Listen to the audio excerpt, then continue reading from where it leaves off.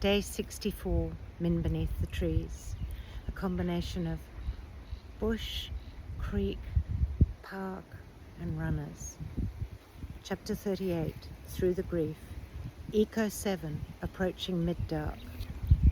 Min watched the opening of Scarpel shrink until it was the smallest pinhole, all that she could see of the calamity they'd left behind. She was numb with grief, fear and futility for everything they'd done and lost. "You've achieved more than you could have hoped for," Flutter consoled her. "And you stared down Zarklon," Flick said proudly. Min was not comforted. For what? None of it matters for the Radiants. Even Micah can't survive a disaster like that. Maybe all of our great orb is doomed. Fitlin moaned. "Oh, Fitlin!" Min leapt down from the stern of the boat. "I should have been paying attention to you. Are you all right?" He opened his eyes and looked up at her. "You saved my life," Minnie croaked. "Can't get better attention than that." He attempted and failed to smile and closed his eyes again. Min stroked his head without thinking. "Are you hurt somewhere, Fitlin, or were you just half drowned?" This time he did smile. "Could be both, Min." She continued to stroke his head. "Rest. I'm not sure how we will survive anything, really, or the waterfalls and rapids we saw on our way to the forest. Let's deal with them when we get there." Min dropped her head. The rush of water around the boat and the darkness of the tunnel lulled her. Traumatized by what she'd seen and done and saw all over, she fell asleep, resting her cheek on Fitlin's shoulder. She dreamt. She could hear her name being called. "Min! Min! Wake up!" It was light, and the Glynns were standing on either side of a zigzagging canyon calling her name. She could hear the sound of racing water. Lights flared everywhere. "Wake up, Min!" the Glynns were shouting. "Leave me alone, I'm tired." The hollering continued.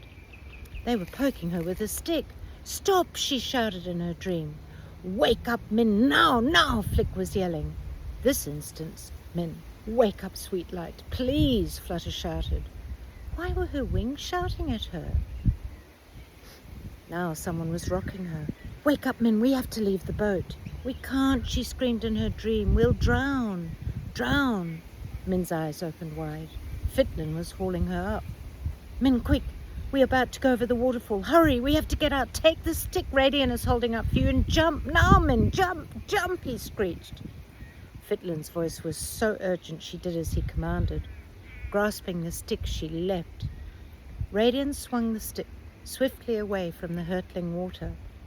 Min instinctively hung on until she landed on flat rocks beside the canyon, just short of the waterfall. Radiant wrapped her in his arms. "Min, Min, we thought we'd lost you and Fitlin." And he was gabbling. It didn't matter. Min was completely disorientated and couldn't make sense of what he was saying or of anything around her. She pulled herself out of his arms and looked around. Fitlin was standing next to her. Hadn't he drowned? Luster, Arida, and Priska were running towards her. Where had they come from? Cassian and Matilda were there too. Cassian had a ridiculous grin plastered across his face. "You look dreadful," Matilda said. Now Min was convinced she was dreaming. Matilda was smiling. "You have no idea the fright you've given us. We thought we'd lost you both," Cassian said. "Fitlin told us what you did, you brave little Glynn. We're so proud and so very happy to see you both alive and here." It was Ottolin's voice, although it sounded different. He was perched on a small rock ledge behind the others. Min's head swam. She was caught in the epicenter of an emotional hurricane. She hadn't eaten for what seemed like ecos, nor swallowed a drop despite Micah's water surrounding her. She staggered towards Ottlin. She was spent, weakened, and fatigued. But she urged her wings to fly her up to him. Landing on his beak, she didn't fall on it to hug him as she'd supposed she was going to do. Like a mini volcano, her emotions erupted into fury. She stood up, her tiredness draining from her as furiously as the waterfall below. Otlin, I don't care how proud you are. Fitlin nearly died, Radian nearly died too, and I came close twice. And for what? Min dropped back to her knees, bunched her hands into fists, and lashed at his beak in anger and grief. For what, Otlin? The silver radiant forest is destroyed anyway. You didn't tell us the whole story, did you? You knew if you did we wouldn't come, so you went ahead and risked our lives. Min was panting with her rage now, and in the end it was all for nothing. Her voice rasped as she dropped her head into her hands and sobbed. Otlin, crestfallen, regarded her prostrate body, his beautiful somber eyes clouded and sad. Oh, my dearest little Min, I understand your anger.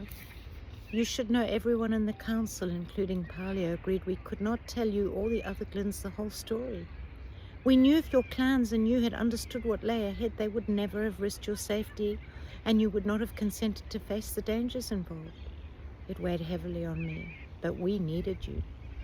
We believed in your remarkable powers. I believed in you, Min. You and the other Glins have not failed.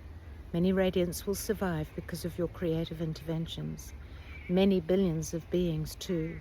You cannot deny that triumph. And you have grown and learned and overcome your fear as you grasp the extent of your gifts. For that alone, and what you will do with them in the future, this journey has been worth it. Her wings were silent. They curled protectively around her arms, pulsing warmth and comfort into her troubled soul. Min uncurled her aching body and lifted her head to look at him. Her anger dissipated immediately. She could see he too was weary and troubled. I'm sorry, Otlin. I'm so deeply sorry about all of it, she whispered in a low, flat voice. Reaching out to stroke his beautiful head, Min fainted, toppling unconscious onto his brow. And I'll see you beneath the trees tomorrow.